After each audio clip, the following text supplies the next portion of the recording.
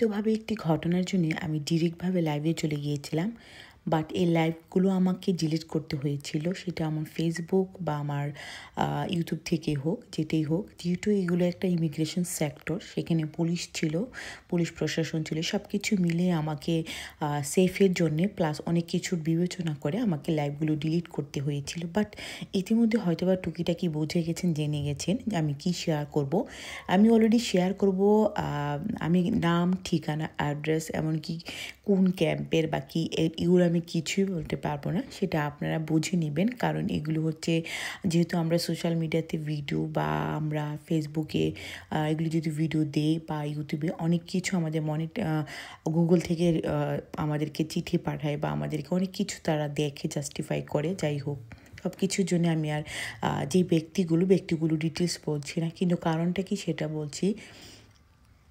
গত শুক্রবারে একজন এবং আজকে একজন, দুইজনকে বাংলাদেশে পাঠিয়ে দিয়েছে।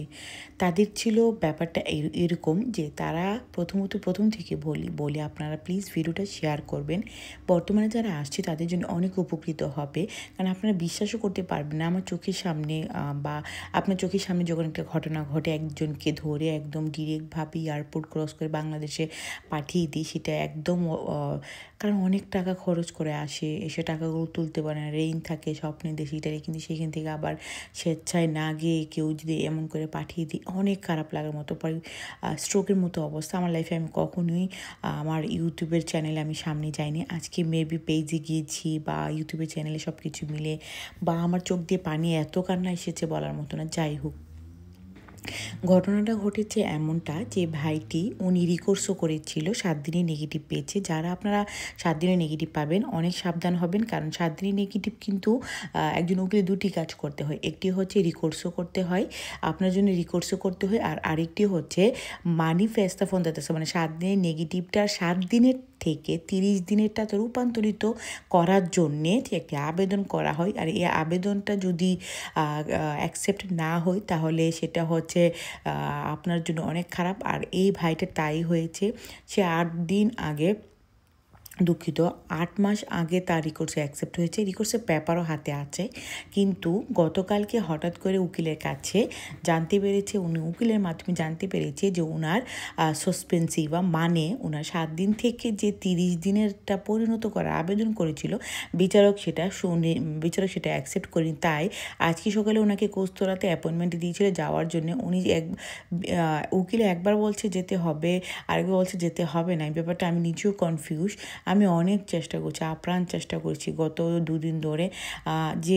যে গিয়েছে সে জানে, তো আমরা সবাই মিলে চেষ্টা করি, বিশেষ করে আমি অনেক ভয়ে ছিলাম। যাই হোক, তো আজকে সকালে যাওয়ার সময় উনি কাগজপত্র নিয়েছিল। গতকালকে উকিলে আবার ওনার জন্য রিকোর্সও করেছে, নতুন করে সিপিআর যে আবেদন করেছে স্কুলে সেটা, এবং ইতালিয়ান ভাষার আগের কাজের কন্ট্রাক্ট, এগুলো দিয়ে আবেদন করেছে। কিন্তু ওনাকে এনিহাও যেতেই হয়েছে। যাওয়ার পর ওনাকে সাথে সাথে একজন দুবাসীর মাধ্যমে বিচারকের কাছে আবার পাঠিয়েছে, মানে আবার হাইকোর্টে পাঠিয়েছে। হাইকোর্ট থেকে ওইখানে ওনার গল্পটা আবার সব কিছু শুনেছি। শোনার পর সব কিছু তারা বিচার বিশ্লেষণ করে দেখেছে, বিচারক রায় দিয়েছে তাকে নিজ দেশে তাকে নিজ দেশে ডিপোর্ট করার জন্য। বিশ্বাস করবেন ওনাকে কি করেছে, ওনার যখন শেষ কমিশন বা দ্বিতীয়বারের মতো বা যেটাই হোক, ওনাকে দুজন পুলিশ গাড়িতে করে এনেছে, কারোর সাথে কথা বলতে দেয়নি। আনার পর ওনার কাপড় চোপড় এগুলো নেওয়ার জন্যে ওনাকে একসাথে তারা প্রবেশ করেছে, ওনাকে একা ছাড়ছে না। মানে কি যে একটা ঘটনা, কি যে অবস্থা, নিজ চোখে না দেখলে বিশ্বাস করবেন না। ওই মুহূর্তে আমার লাইফে এরকম আমি কখনোই দেখিনি, শুনেছি বাট আমি কখনোই দেখিনি। উনি এরকম আশা করিনি, কেউই আশা করিনি।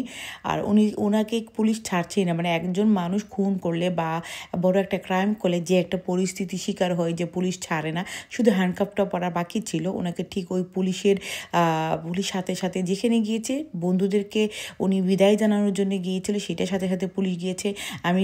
আমরা গিয়েছিলাম, সবাই গিয়েছিলাম। তারপর শেষে তো আর আমরা পারলাম না, ওনাকে গাড়িতে করে ওনার লাকিজটা তারাই নিয়ে যাচ্ছে। মনে হচ্ছে এত বড় ক্রাইম করেছে যে ওনাকে আর মাফ করা যাবে না, ইতালিতে রাখাই যাবে না। ইতালিতে রাখলে ইতালি গভর্নমেন্টের অনেক ক্ষতি হয়ে যাবে, আশেপাশের মানুষের অনেক ক্ষতি হয়ে যাবে। উনি এমন কাজ করেছে যে 100 মানুষকে খুন করে ফেলেছে, এমন একটা কাজ করেছে। তো ওনাকে ঠিক তাদের পাহারায় নিয়ে গিয়ে সেখান থেকে ওনাকে ডিরেক্টভাবে এয়ারপোর্টে নিয়ে যাবে। এয়ারপোর্ট থেকে তবে আমরা সবাই আশাবাদী আমি ছিলাম যে ওনাকে যদি ছিপে এড়ে তো যদি পাঠিয়ে দিত আজকে কস্তুরা থেকে, তাহলে কিন্তু 7 দিনের দেশ ছাড়ার যে একটা কাগজ সেটা পাইতো। তো ছিপে এড়ের ওনার যে উকিল করছে উনি অনেক চেষ্টা করেছে, তবে ওনার উকিলে বসেছিল যে আজকে কি রায়টা হয়, কারণ এর বাইরে উনি যেতে পারে না। আর উনি আমাকে কালকে ফোন দিয়েছিল, বলেছিল উকিল যেতে হবে। উকিল বলেছে গেলে কোনো চেঞ্জ হবে না, কারণ উকিলকে এখানে কিছু করতে পারবে না, ডিসাইড করবে তারা কি করবে না করবে, মানে বিচারক এবং কস্তুরা। তো আজকে যদি ওনাকে ছেড়ে যদি ওনাকে ছিপিয়ে মানে আলবেনিয়ার প্রসেসিংটা ঢুকিয়ে দিত, তাও সে 7 দিনের সময় পাওয়া যেত উনি রিকোর্সও করে। কিন্তু ওনাকে ছিপিয়ে আইনে না দিয়ে ডিরেক্টভাবে রিম্পাতিত করেছে। আর এই যে ডিরেক্টভাবে রিম্পাতি করেছে, ওনাকে এখনও নিয়ে যাওয়ার পর ডিরেক্টভাবে ফ্লাই করে বাংলাদেশে তাদের তত্ত্বাবধানে প্রায় 3 থেকে 4 জন পুলিশের সহায়তায় বাংলাদেশ এয়ারপোর্টে ওনাকে দিয়ে আসবে। ঘটনাটা অনেক দুঃখজনক ভাইরা, অনেক দুঃখজনক। প্লিজ আপনারা সাবধান হন ভাইরা। আমরা বুঝতে পেরেছি যে আমাদের বর্তমানে যারা ভাইয়েরা আসছেন আপনারা মাথায় খেয়াল রাখবেন 7 দিনের নেগেটিভটা যেন না হয়। 7 দিনের নেগেটিভটা বর্তমানে কাল হয়ে দাঁড়িয়েছে, তারা খুঁজে খুঁজে মানুষকে ধরে পাঠিয়ে দিচ্ছে।